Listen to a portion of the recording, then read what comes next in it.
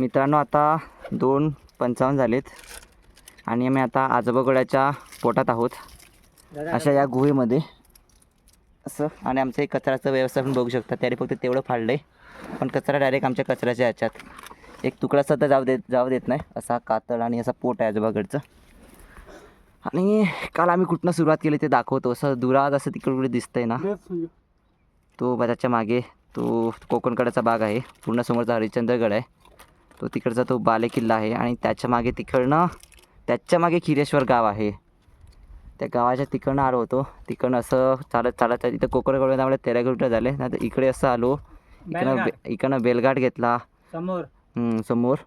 तर तिकडनं असं करत करत करत इकडनं या जंगलात रान तुळत आलो. तर इथं हा मध्ये जो तुम्हाला दिसतोय हा जो गड दिसतो कडाडगड आहे.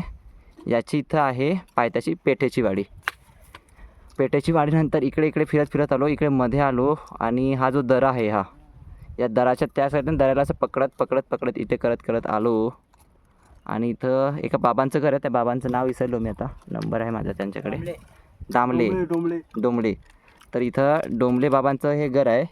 या घरात थोडा विचारलं, त्यांना विचारपूस केली. त्यांना विचारपूस करून इकडे पुढे येऊन ही आपली मुळा नदी आहे.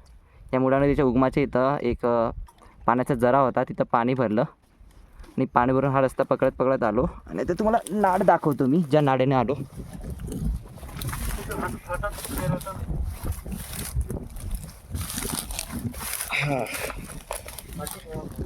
तर बघा मित्रांनो, ही जी नाड आहे ही पकडत आजोबागडाला आलो आहे.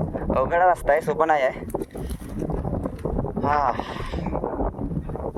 पकडत आता पोरं इथं नाश्ता खायला. मला पण नाश्ता खायचा. खरं तर माझा हट्टा होता इथं नाश्ता खायचा. आता म्हणजे नाश्ता म्हणजे आपला हे शेंगदाणे म्हणून.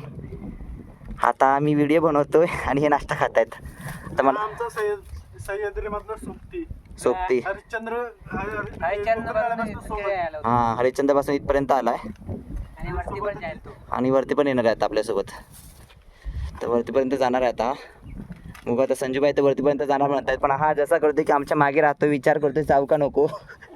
कन्फ्युजन होतोय. नंतर विचार करतोय चला जाऊनच येऊया. त्याला पण एक्सप्लोर करायची खूप आवड आहे.